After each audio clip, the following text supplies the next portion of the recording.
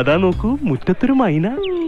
നമ്മുടെ എല്ലാ ടൂറിസം ഡെസ്റ്റിനേഷനുകളും വൃത്തിഹീനങ്ങളാണെന്ന് സൂക്ഷ്മമായി നിരീക്ഷിച്ച് യാത്രയിട്ടുള്ള എല്ലാവർക്കും മനസ്സിലാവും.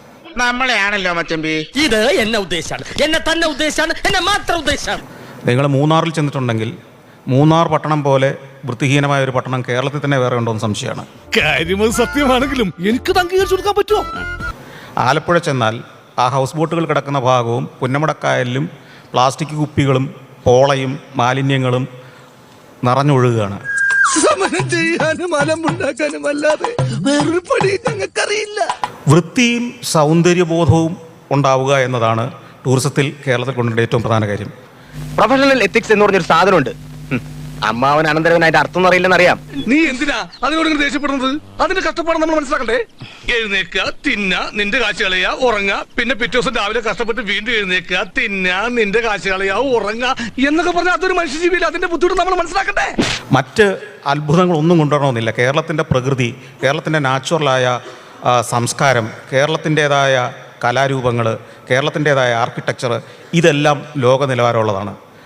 100% ഞാൻ യോജിക്കുന്നു. എന്ത് ചെയ്യാനാടാ, ഞാൻ ഇങ്ങനൊരു ദുരന്തനായി പോയി. കഴിഞ്ഞ 2.5-3 വർഷമായിട്ട് ഞാൻ ടൂറിസത്തിൻ്റെ ചുമതലയുള്ള പ്ലാനിംഗ് ബോർഡ് മെമ്പറായിട്ട് പ്രവർത്തിക്കുകയാണ്. ആദ്യത്തെ മീറ്റിംഗ് ഞാൻ ചെല്ലുന്നത് തന്നെ ബൈൻഡ് ചെയ്ത ഒരു ബുക്കുമായിട്ടാണ്, കേരളത്തിലെ ടൂറിസത്തിൽ എന്തൊക്കെ മാറ്റങ്ങൾ കൊണ്ടുവരണമെന്ന്. ഞങ്ങളെ സഹായിച്ച സാറിന് പുണ്യം കിട്ടും. എനിക്ക് പുണ്യം വേണ്ട. കേരളത്തിലെ ടൂറിസത്തിന് ഒരു മാസ്റ്റർ പ്ലാൻ ഉണ്ടാവുക എന്നുള്ളതാണ്. നമ്മുടെ ടൂറിസത്തിന് ഒരു മാസ്റ്റർ പ്ലാൻ ഇല്ല. കോവളത്ത് എന്തൊക്കെയാണ് ഇനി അടുത്ത 25 വർഷത്തേക്ക് ചെയ്യേണ്ടത്, അത് എവിടെയൊക്കെ ആയിരിക്കണം ചെയ്യേണ്ടത് എന്ന് ആർക്കും അറിയില്ല. ഒരബദ്ധം പറ്റിയതാന്നേ, എല്ലാം തത്ത പറയും പോലെ ഞാൻ പറയാം. എന്നെ മാപ്പ് സാക്ഷിയാക്കി വെറുതെ വിടണം. പിള്ളേര് 4 ഒന്നുപോലും പച്ച പിടിച്ചിട്ടില്ല. പ്രാരാബ്ധകാരനാ, പുള്ളിയെ വിട്ടേക്കാം. പുള്ളിക്കാരൻ ബൈനാക്കോഴ്സിലൂടെ പെണ്ണുങ്ങളെ കുളി തന്നെ കണ്ട് ജീവിച്ചോട്ടെ. ഇവൻ നിനക്കൊരു പരാജയമാണ് എന്നും.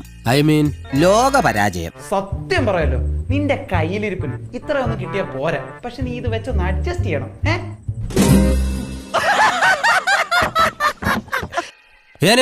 ഞാൻ പോകുന്നു. Bye bye.